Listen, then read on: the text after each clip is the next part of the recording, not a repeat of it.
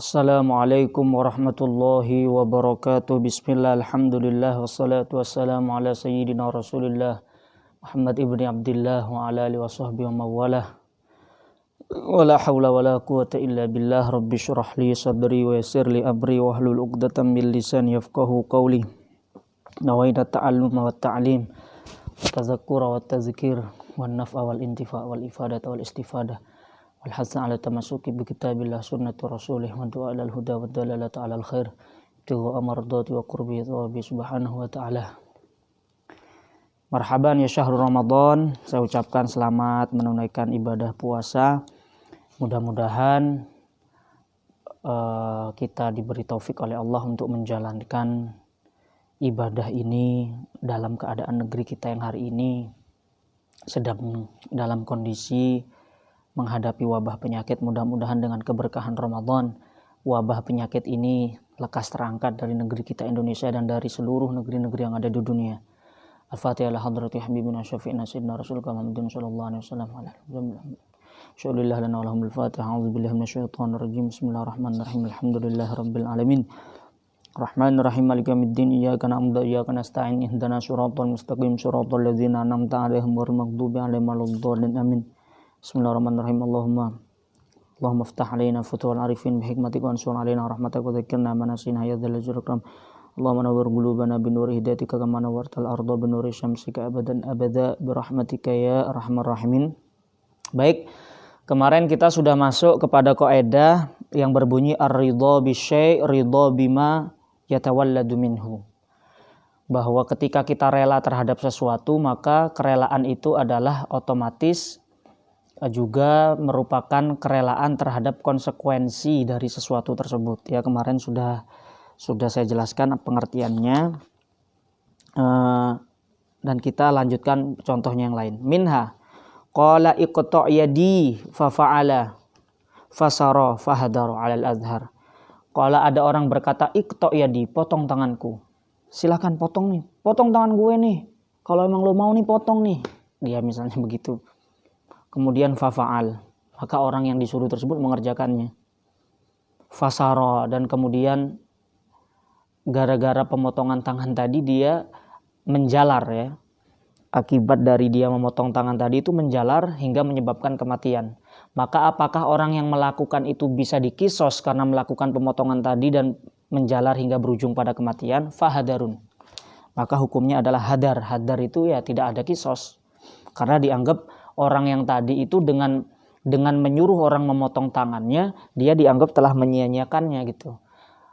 Kita tidak membahas tentang diat, tidak membahas tentang dosa, itu pembahasan lain. Tetapi yang dibahas di sini adalah apakah wajib kisos apa tidak. Ternyata tidak dikisos orang yang melakukan itu. Kenapa? Sebab dengan ucapan iqta' yadi seakan-akan dia sudah meridhoi terhadap sesuatu tersebut, sehingga konsekuensinya pun harus ditanggung. Minha tatayyub qablal ihram, memakai wangi-wangian sebelum melakukan ihram. Fasara ila maudhi'in akhar ba'dal ihrami, kemudian menjalar ila maudhi'in akhar, ke tempat lain, ba'dal ihrami, ing dalam sawise ihram. Fala fidyata fih, maka tidak ada kewajiban itu wajib fihi ing dalam tatayyub. Di antara hal yang diharamkan bagi orang yang melakukan ihram haji atau umroh adalah menggunakan wangi-wangian. Menggunakan wangi-wangian tidak diperbolehkan. Ada banyak sekali muharramatul ihram, di antaranya adalah memakai wangi-wangian. Bagaimana sekarang ketika wangi-wangian itu dipakai sebelum ihram? Dipakai sebelumnya sudah pakai wangi-wangian, sehingga ketika ihram wangi tersebut masih tersisa. Nah, ya, wangi tersebut masih tersisa, maka apakah diwajibkan membayar fidyah? Ternyata fala fidyata fi. Kenapa? Karena syariat telah mengizinkan, syariat kan memperbolehkan kita menggunakan wangi-wangian sebelum ihram. Maka ketika wangi-wangian itu masih tersisa, masih ada sisa baunya ketika sudah berihram, ya maka itu termasuk yatawalladu minhu. Seakan-akan syariat itu ar-ridha bisyai', syariat sudah memperbolehkan menggunakan wangi-wangian sebelum ihram. Maka ketika ada sisa yang terjadi setelah ihram, ya makanya nggak masalah. Kaidahnya ar-ridha bisyai' ridha bima yatawalladu minhu, karena itu terlahir dari sesuatu yang diperbolehkan. menggunakan wangi-wangiannya kan tidak ketika setelah ihram tapi sebelumnya. Maka seakan-akan wangi harum yang ada setelah ihram itu adalah konsekuensi dari yang sebelumnya sehingga tidak mewajibkan membayar fidyah. Minha, contoh lain, mahallul istijmar ma'fun anhu. Mahallul istijmar utawi tempat istijmar beristinja dengan batu itu ma'fun anhu dima'fu. Ya, kita beristinja enggak dapat air menggunakan batu dengan syarat-syarat yang ditentukan di dalam kitab fikih. Di dalam kitab fikih itu dijelaskan bahwa yang namanya istinja itu kan yang afdol bagaimanapun tetap dengan air. Karena apa? Air itu menghilangkan asarun najasah. Air itu menghilangkan bekas-bekasnya. Tetapi kalau dengan batu kan beda. Sebenarnya masih ada asar atau sisa najis itu sebenarnya masih ada kalau dengan batu. Lembab-lembab dikit itu masih ada ketika kita mengusapnya dengan batu, hanya saja hukumnya dima'fu. Lantas bagaimana? Kalau apabila orang itu berkeringat, kemudian setelah istinja dengan batu dia berkeringat, fatalawwas, kemudian dari hasil keringatnya tersebut mengotori tempat istinjanya, dia keringetan sehingga keringat tersebut ngalir ke tempat istinja tadi, otomatis itu kan bekas istinja tadi kan masih ada sisa najisnya yang ma'fu tadi, kemudian dialiri dengan keringat, berarti kan basah. Apakah najis hal tersebut? Fal aslu al afu, maka tetap dihukumi ma'fu, ya, maka tetap dihukumi ma'fu. Kenapa? Karena hukum asalnya syariat mengizinkan seorang mukallaf untuk beristinja dengan batu, sehingga konsekuensinya tempat kulit yang digunakan untuk beristinja itu meskipun masih ada sisa najisnya dihukumi ma'fu. Maka ketika dia kejatuhan keringat, teraliri oleh keringat basah, maka tetap dihukumi ma'fu. Ar-ridho bi syai' bima yatawalladu minhu. Contoh lain, lau sabaqa ma'ul matmadah awil istinsyaqi ila jawfi. Apabila air berkumur atau istinsyak, matmadah itu matmadah yumatmidu matmadatan, ya. Kalau istinsyak istansyaqa yastansyiku istinsyakan. Apabila air yang kita gunakan untuk berkumur atau menyedot melalui hidung, istinsyak, itu sabaqa ma'ul matmadah ilal jawf, masuk ke dalam lubang, ketelan misalnya. Ketelan. Walam yubaligh, dan tidak berlebihan sopaman. Konsekuensinya bagaimana? Lam yuftir fil ashah, maka tidak membatalkan puasa. Tidak membatalkan puasa. Kenapa? Karena berkumur-kumur dan istinsyak itu kan sesuatu yang disunahkan. Kok sekiranya ada orang dia berkumur normal-normal saja tapi nggak sengaja keselak misalnya, maka apakah membatalkan puasa? Tidak, sebab dia tidak berlebih-lebihan dan sesuai dengan yang dianjurkan. Sehingga ketika terjadi konsekuensi yang berupa ketelan air, maka itu dihukumi ma'fu, tidak membatalkan puasa. Kenapa? Karena syariat mengizinkan kumur-kumur kok. Syariat menganjurkan untuk istinsyak kok kemudian tidak sengaja ketika dilakukan tanpa berlebihan kok ada yang masuk ke dalam anggota tubuh, maka dihukumi tidak membatalkan puasa. Bi khilafi idza ma balagh, berbeda kasusnya ketika dia berlebih-lebihan, balagh berlebih-lebihan, li'annahu tawallada min manhiin anhu, maka ketika berlebih-lebihan hukumnya apa? Aftor, hukumnya membatalkan puasa. Kenapa? Li'annahu, karena sesungguhnya berlebih-lebihan, mubalaghah, iku tawallada, terlahir min manhiin anhu, dari sesuatu yang dilarang. Ya, saya ulang. Ketika ada orang puasa kumur-kumurnya biasa, tidak berlebih-lebihan, normal aja 3 kali, istinsaknya juga biasa, tapi delalah karena ada sebab dikagetin atau gimana kok ketelan, maka ini apakah membatalkan puasa? Tidak. Kenapa? Karena ketelannya itu terlahir dari sesuatu yang diizinkan oleh syariat, yaitu apa? Berkumur-kumur secara normal. Beda halnya ketika dia berkumurnya berlebih-lebihan di dalam kumur-kumur atau dalam istinsak berlebih-lebihan, maka berlebih-lebihannya itu sendiri adalah manhi anhu, sesuatu yang dilarang, sehingga ketika dia tertelan diakibatkan dari hal tersebut, maka membatalkan puasa, ya. Sehingga kaidah ini bisa disimpulkan bagaimana? Bimakna hadzil kaidah, yang selaras maknanya dengan kaidah ini, kaidatun, yaitu kaidah yang berbunyi, jadi kaidah ar-ridho bi syai' itu ridho bima yatawallat minhu bisa diredaksikan dengan kaidah lain, apa? Al-mutawalladu min ma'zunin fi la athara lahu. Al-mutawalladu utawi sesuatu yang dilahirkan atau yang dihasilkan min ma'zunin dari sesuatu yang diizinkan, diperbolehkan, la atharo, maka tidak ada asar atau tidak ada bekas iku maujud lahu maring al-mutawallad, ya, maring al-mutawallad. Artinya sesuatu yang terlahir dari sesuatu yang diperbolehkan maka tidak masalah, itu ya intinya. Udah. Qala Nabi sallallahu alaihi wasallam, baginda Nabi sallallahu alaihi wasallam bersabda, kullu muskirin khamrun wa kullu khamrin haram. Setiap yang memabukkan adalah khamar, dan setiap khamar itu adalah haram. Rawahu Muslim. Hadis ini kemudian melahirkan kaidah yang berbunyi al-hukmu yadurru ma'al illati wujudan wa adaman. Nah, ini penting. Masih ada kaitannya kaidah ini dengan kaidah usul fikih yang sudah kita pelajari di bab qiyas, ya. Apa arti kaidah al-hukmu yadurru ma'al illah wujudan wa adaman, bahwa hukum itu yaduru, berporos, ya, senantiasa berporos ma'al illah, beserta dengan ilatnya. Hukum itu senantiasa mengiringi ilatnya, wujudan wa adaman, dalam keberadaannya maupun ketidakberadaannya. Maksudnya bagaimana? Ketika ilat itu ada, misalnya begini, ada sebuah hukum. Sebuah hukum tersebut ditetapkan oleh syariat berdasarkan alasan tertentu yang disebut dengan ilat. Maka ketika suatu saat ilat itu sudah tidak ada, apakah hukumnya masih tetap ada? Maka tidak. Kenapa? Karena ilatnya sudah nggak ada. Hukum ini ditetapkan berdasarkan suatu alasan. Sekarang alasan yang menjadi alasan, ilat yang menjadi alasan penetapan hukum ini sudah hilang, maka otomatis hukumnya juga ikut hilang. Itu yang dimaksud dengan al-hukmu yaduru ma'al illati wujudan wa adaman. Bahwa hukum itu senantiasa mengiringi ilatnya dalam segi wujud maupun segi tidak wujudnya. Artinya kalau ada ilat maka ada hukum, ilatnya hilang, hukumnya otomatis hilang. Dah. Contohnya apa? Al-amsilah.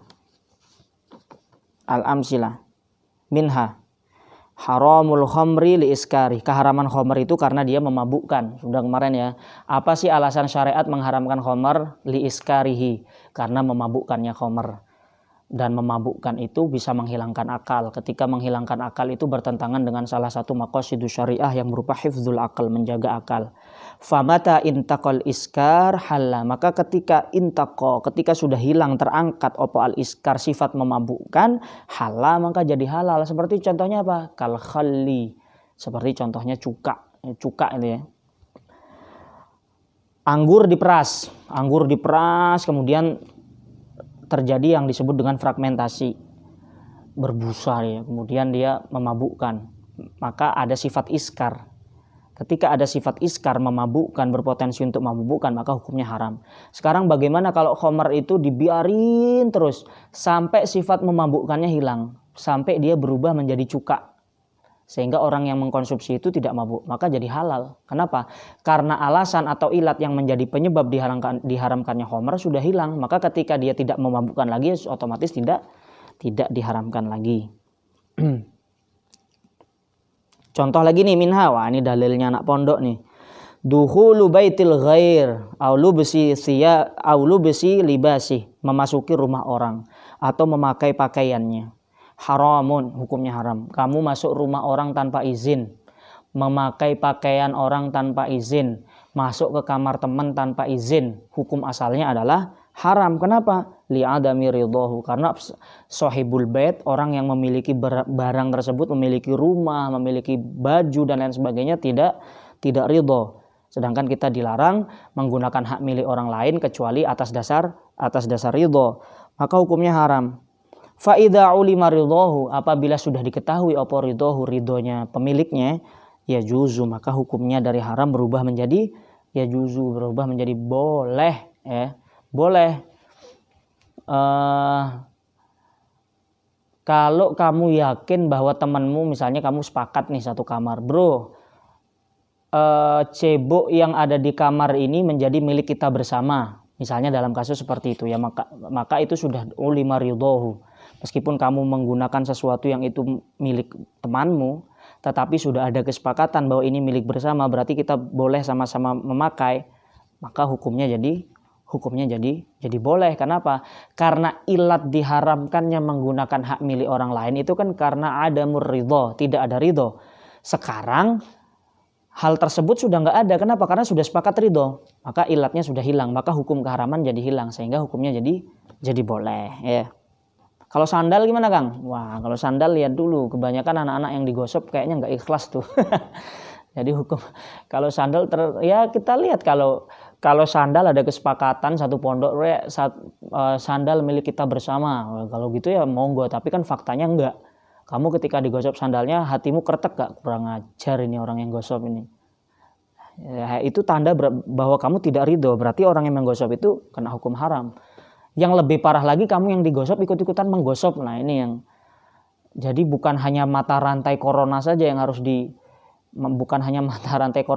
diputus penularannya, mata rantai gosok pun harus diputus penularannya. Dengan cara apa? Dengan cara sanksi yang tegas, dengan cara sistem yang diterapkan oleh pengurus, memberikan denda dan lain sebagainya. Itu salah satu mata rantai untuk memutus penularan virus gosok. Ya. Contoh lagi, harum aklusum li ihlak, diharamkan makan racun, aklusum memakan racun li ihlakin karena bisa mematikan. Faida udimal ihlak, yajuz apabila ternyata zat itu lama-kelamaan terbukti tidak mematikan lagi, al-ihlak itu bisa membinasakan, bisa mematikan, yajuz, maka hukumnya berubah menjadi boleh. Intinya apa? Prinsip dari syariat itu adalah bahwa hukum di dalam syariat itu senantiasa mengiringi ilat. Ketika ada sebuah hukum ditetapkan berdasarkan alasan tertentu, ketika alasan tertentu itu sudah hilang, maka hukum tersebut otomatis hilang. Ya, ini ada hubungannya dengan pelajaran usul fikih yang kita sudah pelajari di bab qiyas tentang ilat sebuah hukum. Ilat itu kan alasan rasional yang melandasi hukum itu ditetapkan. Karenanya ketika ada yang bertanya bagaimana hukum membuat patung di dalam Islam, kita tahu bahwa di dalam hadis ada banyak hadis yang mengecam al-musawwirun, yaitu orang-orang yang membuat semacam patung, membuat semacam ukiran yang berbentuk makhluk hidup, ya yang berbentuk makhluk yang bernyawa, itu dikecam di dalam banyak hadis Nabi SAW. Bagaimana ulama memahami hadis-hadis tersebut? Inna asyaddan nasi 'adzaban yaumal qiyamah al-musawwirun. Orang yang paling dahsyat azabnya, siksanya di hari kiamat nanti adalah al-musawwirun, orang-orang yang membuat patung, mengukir-ngukir patung itu. Bagaimana ulama memahami itu? Terjadi perbedaan pendapat. Ada yang secara mutlak pokoknya buat patung haram, sehingga umat Islam tidak diperkenankan kalau ada patung, robohin, begitu misalnya. Tetapi ada juga ulama yang mencoba memahami hadis ini secara kontekstual, seperti misalnya Syekh Rashid Ridho, ya, ulama dari Al-Azhar Mesir yang menulis kitab tafsir Al-Manar.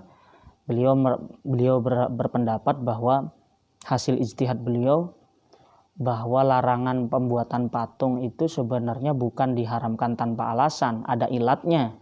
Apa ilat dari baginda Nabi melarang orang-orang melakukan taswir, membuat replika dari makhluk yang bernyawa? Apakah nggak ada alasannya, haram begitu saja? Menurut Syekh Muhammad Rashid Ridho ada alasannya. Apa?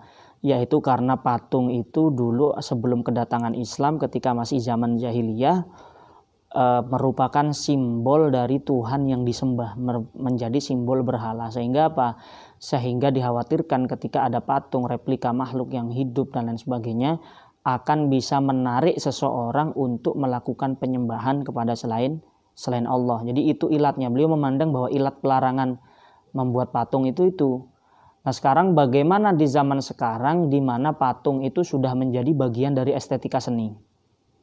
Kamu ke jalan apa itu ada patung Pangeran Sudirman. Apakah orang yang membuat patung itu meniatkan bahwa itu dibuat agar ada orang yang nyembah patung Sudirman, patung Bung Karno misalnya? Apakah seperti itu? Kan tidak toh. Berarti diharamkannya patung karena ada alasan tertentu, yaitu apa? Kekhawatiran baginda Nabi agar umatnya tidak terjerumus ke zaman jahiliyah lagi, di mana mereka menyembah berhala karena imannya masih belum kuat, khawatir masih ingat Sehingga itu menjadi alasan utama pengharamannya. Sekarang di zaman sekarang kalau memang pembuatan patung itu dilakukan atas dasar tadi, yaitu memang untuk sesembahan, ya hukumnya tetap dong, karena ilatnya masih ada, hukumnya tetap haram. Tetapi ketika patung itu dibuat untuk murni estetika seni, bagian dari seni, hiasan dan lain sebagainya, maka menurut Syekh Muhammad Rasyid Ridho diperbolehkan. Kenapa? Al-hukmu yaduru ma'al illati wujudan wa adaman. Hukum itu senantiasa mengiringi ilat, keberadaan dan ketiadaannya. Ketika ilat sudah tiada, maka hukum yang ditetapkan berdasarkan ilat itu otomatis akan terangkat. Kaidah yang terakhir, qala Nabi sallallahu alaihi wasallam, al halalu ma ahallallahu fi kitabihi wal haramu ma harramallahu fi kitabihi wa ma sakata anhu fa huwa mimma ufi anhu. Al halalu utawi sesuatu yang halal, itu sesuatu ahala yang menghalalkan sinten Allahu Gusti Allah fi kitabihi, di dalam kitabillah. Wal haram, adapun sesuatu yang haram itu adalah sesuatu harama yang mengharamkan siapa? Allahu Gusti Allah fi kitabihi. Wa masakata, wa dan utawi sesuatu sakata yang diam, maksudnya diam itu tidak menjelaskan sapa Allah anhu saking emma, fahuwa mongko utawi emma iku mimma ufi anhu, bagian dari sesuatu yang dimaafkan atau yang dima'fu. Kata baginda Nabi, sesuatu yang halal itu sudah jelas ketentuannya, sesuatu yang haram itu sudah jelas ketentuannya, sehingga ketika ada sesuatu yang masih belum diterangkan, itu adalah sesuatu yang hukumnya ufi anhu, dima'fu, maksudnya diperkenankan. Dari hadis ini melahirkan kaidah al-aslu fil asya al-ibahah. Prinsip asal atau hukum asal dari segala sesuatu itu adalah al-ibahah, boleh-boleh saja, ya. Jadi hukum asal dari segala sesuatu itu boleh. Sampai kapan? Sampai ada dalil spesifik yang menyatakan bahwa dia haram. Al-aslu fil asya al-ibahah. Contohnya apa? Syakka fil hayawanil muskil. Syakka, ragu-ragu, sopo eman, fil hayawan, di dalam hewan, al-muskil, yang statusnya itu masih enggak jelas. Hal huwa haram amla, apakah dia statusnya haram apa enggak ya? Kamu pergi ke dunia, pergi misalnya berburu ke hutan mana, tiba-tiba dapat hewan, loh ini hewan apa nih? Kok jenisnya kok baru saya lihat? Kira-kira halal apa haram? Maka hukum asalnya adalah ibahah. Hukum asalnya adalah ibahah sampai ada dalil spesifik yang menyatakan bahwa itu adalah haram. Beda lagi misalnya ternyata setelah diteliti, oh ternyata hewan itu hidup di dua alam. Dua alam itu maksudnya air dan darat, bukan akhirat dan dunia. Maksudnya tiba-tiba ternyata setelah dia hidup di air bisa, hidup di darat bisa, berarti nanti itu haram. Kenapa? Karena masuk pada kategori hewan yang hidup di dua alam.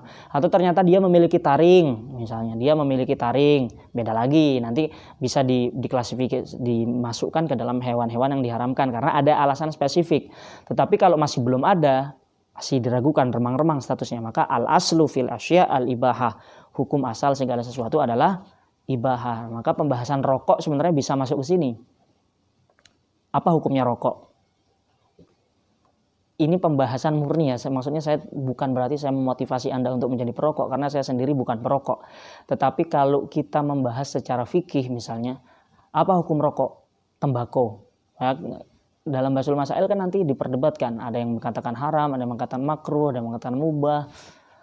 Maka kalau mengikuti kaidah ini, ya tembakau merupakan sesuatu yang maskut anhu, masih tidak ada penjelasannya di dalam Al-Quran dan hadis, karena di zaman Nabi barangkali belum ada tembakau gitu kan, belum ada hukum tembakau. Maka bagaimana? Al-aslu fil asya al-ibahah, hukum asal dari segala sesuatu hukumnya boleh sampai ada faktor yang membuatnya menjadi haram. Oh ternyata setelah penelitian medis misalnya,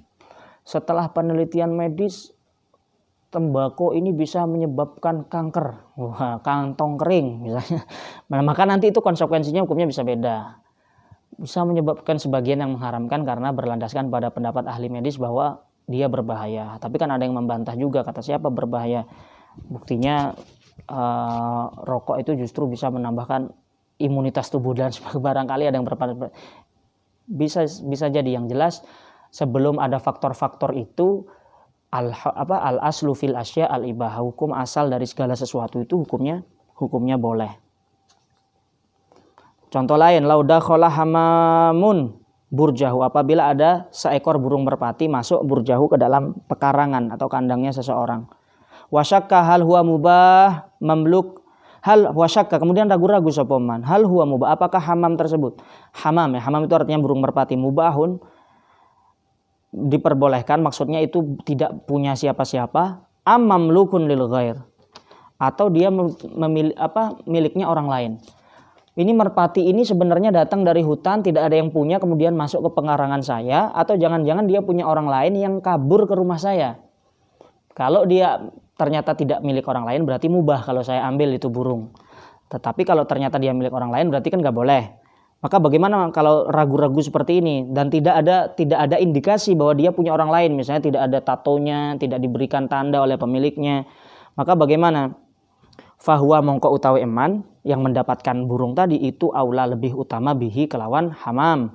Walahu dan diperbolehkan bagi man opo, walahu dan itu diperbolehkan bagi man at-tasarrufu utawi menjadikan hak milik ya, atau memperlakukan burung itu fihi, at-tasarrufu fihi maksudnya adalah memperlakukan burung tersebut selayaknya milik pribadi. Karena apa? Al aslu fil asya al-ibaha, al-aslu fil asya al-ibaha. Tiba-tiba ada burung aja masuk ke rumah, ini punya orang lain, apa ternyata dia kabur aja dari hutan gitu, sehingga bisa kita miliki.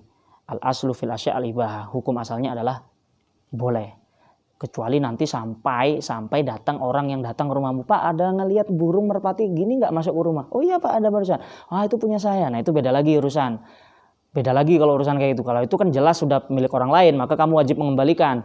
Tetapi kalau statusnya masih nggak jelas, syakka, masih diragukan, maka hukumnya adalah boleh. Al aslu fil asya al ibaha. Min halau syakka fi kibarid dhabbah hal hiya kabira aw shaghirah fal aslu al ibaha. Lau syakka apabila ragu fi kibarid dhabbah dalam besar kecilnya ukuran tembelan dari wadah. Hal hiya, apakah tembelan tersebut kabiroh besar, berukuran besar, au sogiroh atau berukuran kecil. Fal aslu mongko utawi hukum asli itu al ibahatu boleh. Kita tahu bahwa menggunakan isti'malu awani, menggunakan wadah yang terbuat dari zahab wal fiddoh, dari emas dan perak, itu hukumnya haram. Ya, diharamkan isti'malu awani zahab, menggunakan emas. Maaf, isti'malu awanid zahab ya, menggunakan wadah yang terbuat dari emas itu diharamkan. Sekarang bagaimana kalau kita tidak menggunakan wadah dari emas, tetapi kita memiliki wadah yang terbuat dari bahan biasa, aluminium misalnya, tetapi wadah itu bocor sehingga ditempel dengan menggunakan tembelan dari emas atau perak misalnya. Itu kan istilahnya dhabbah, menempel gitu ya. Ketika ada bocor, bagaimana hukumnya? Maka dikatakan kalau tembelannya tersebut hanya sedikit dan itu ada hajat, maka nanti diperbolehkan. Sekarang bagaimana kalau kita ragu, ada wadah, kita mendapatkan wadah atau beli di pasar, itu jelas ada tembelan emas atau peraknya. Tetapi kita ragu, ini besar kecilnya kita ragu, besar enggak ya, sebab sudah nyatu gitu sama, masih diragukan. Maka bagaimana, haram enggak menggunakan wadah itu? Al aslu fil asya al ibah, diperbolehkan karena masih hukumnya remang-remang, maka kembali ke hukum asal yaitu mubah. Minha mas'alatuz zirafah, masalah jerapah. Jerapah giref. Ternyata sempat diperdebatkan bagaimana hukum memakan jerapah. Terjadi khilaf, ada yang mengatakan haram, ada yang mengatakan mubah, tetapi di sini adalah qala, berkata sapa Imam As-Subki annahu akalaha. Ya, bahwa sesungguhnya Imam As-Subki akalaha. Gimana ini? Memakan sapa Imam As-Subki ha ing jerapah li annal asla, karena sesungguhnya hukum asal opo al ibahatu mubah. Menurut Imam As-Subki hukum mengkonsumsi jerapah adalah mubah, halal. Kenapa? Karena al aslu fil asya al ibahah. Meskipun dalam permasalahan ini banyak nukilan khilaf ya, tidak disepakati juga karena ada sebagian yang mengatakan haram, bahkan ada yang menukil ijma haram. Tetapi di sini nukilan Imam Subki mengatakan boleh. Kenapa? Karena hukum asal segala sesuatu itu boleh. Sebab jerapah itu kan hidupnya di darat, kemudian diteliti juga nggak punya nggak punya taring dan lain sebagainya. Maka kalau kita kembali ke kaidah al aslu fil asya al ibaha, yang berarti hukumnya halal, sebagaimana nukilan dari Imam Subki rahimahullah. Sudah cukup sampai di sini pelajaran qawaid kita. Alhamdulillah, mudah-mudahan hatam kitab Mabadi, dengan begitu kita sudah hatam kitab Mabadi Awaliyah, meskipun tidak hatam seluruhnya, paling tidak 90% dari kitab ini, sebagian besar dari kitab ini sudah kita kaji. Mudah-mudahan dengan keberkahan bulan Ramadan, Allah Ta'ala memberikan keberkahan kepada ilmu kita ya, ilmu usul fikih dan ilmu qawaid fiqhiyah. Kedua ilmu ini sangat penting untuk memunculkan malakah. Malakah itu semacam skill, semacam karakter di dalam kita menganalisa permasalahan-permasalahan fikih ya. Sebab nanti kedua ilmu inilah yang akan membuat fikih itu semakin dinamis, sehingga fikih itu mampu menjawab persoalan-persoalan baru. Ya, mudah-mudahan menjadi ilmu yang bermanfaat. Jangan lupa dimurajaah. Sekian dari saya.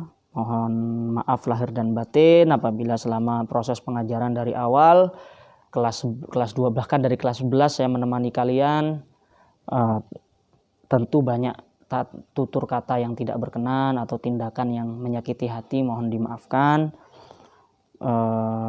dan semoga kita semua diberi taufik untuk menjalani ibadah di bulan suci Ramadan ini dengan maksimal. Al-Fatihah. A'udzubillahi minasyaitonirrajim. Bismillahirrahmanirrahim. Alhamdulillahirabbil alamin arrahmanirrahim maliki yaumiddin iyyaka na'budu wa iyyaka nasta'in ihdinas siratal mustaqim siratal ladzina an'amta 'alaihim ghairil maghdubi 'alaihim waladdallin. Amin. Rabbi fanfa'na bi barakatihim wahdinal husna bi hurmatihim wa amitna fi tariqatihim wa mu'afatihim minal fitani ya Rasulullah. Salamun alaika ya rafi'a syani wad daraji atfata ya jiratal alami wa hailal judi wal karam. Allahumma fiqil aqwamit tariq. Wassalamualaikum warahmatullahi wabarakatuh.